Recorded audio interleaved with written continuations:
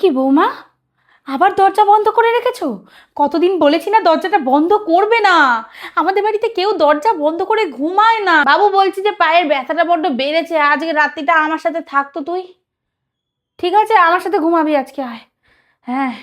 বৌমা বলছি মাথাটা বড্ড ধরে আছে, হ্যাঁ, এটা কড়া করে চা করে দাও তো। আমি করে খেতাম, তোমাকে তো বলি না কখনো, আসলে মাথাটা এত যন্ত্রণা করছে।